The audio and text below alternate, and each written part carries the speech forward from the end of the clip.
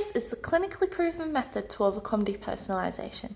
My name's Fern, I've recovered from DPDR and I'm now a therapist who helps others get to this place too. Okay, so what we're looking at here is the model of OCD.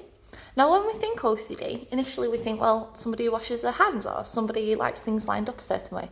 And that's part of OCD, but OCD can also present as becoming obsessed with, out of fear, obsessed with normal bodily sensations.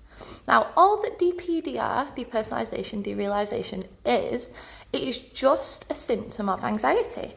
Now, yes, it's a very scary one, it's a really strange one, but it is just panic and fear, nothing more, nothing less. Okay.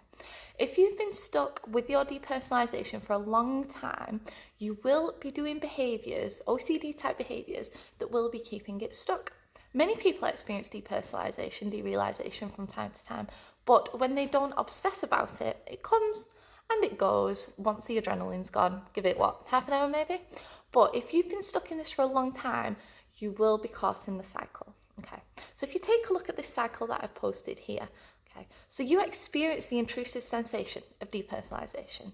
Usually that happens, we've been under stress, we might have been through something a bit traumatic, we might just be run down, and all of a sudden, whoa, I don't know who I am anymore. Okay, nothing to be scared of, it's just a strange sensation. Okay, now after this, we become anxious because it scares us, right? It's uncomfortable. We're like, oh, why do I not know who I am? Why do my hands not look like they're mine? Okay.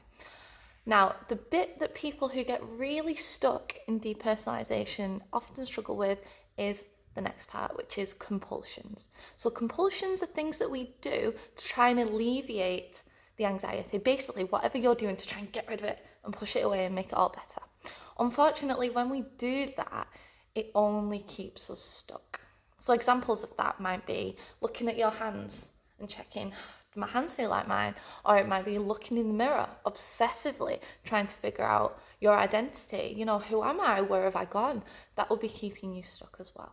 Another example could be looking through old photos in a photo album or on your phone and thinking, who is that person? I used to feel connected to myself here. Let me go back a year. No, I remember who Fern was.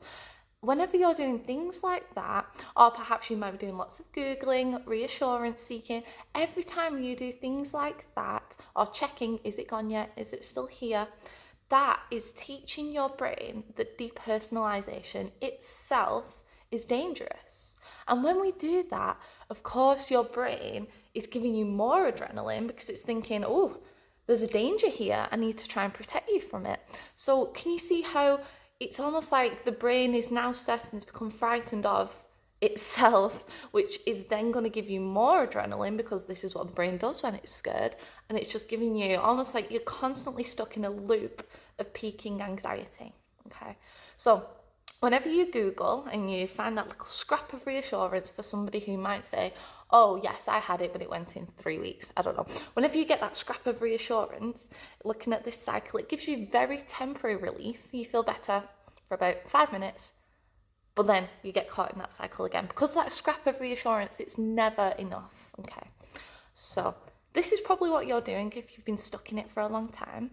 And what we need to do differently is to re-engage with our life again, mindfully, so with our attention on the action that we're doing, without keep checking, is it gone yet? Is it gone yet? Okay. Now this is going to be really difficult if this has been a habit that you've been stuck in for a long time, but that's okay. It just takes some practice. And what I encourage you to do is to stop avoiding life. That's a compulsion as well. Get back to your old life, everything that you used to do before this onset, get back to that and practice with your attention on that. So say you used to play football and you stopped because of this. I want you to go back to playing football, and whilst you're playing football, your attention needs to be on, right now, I am tackling this person and I'm trying to score a goal, as opposed to, whoa, I feel weird, okay? That would just take some practice, but the more and more you do that, the brain will learn, oh, I guess I'm safe, I'm not avoiding life anymore, I'm not Googling all the time.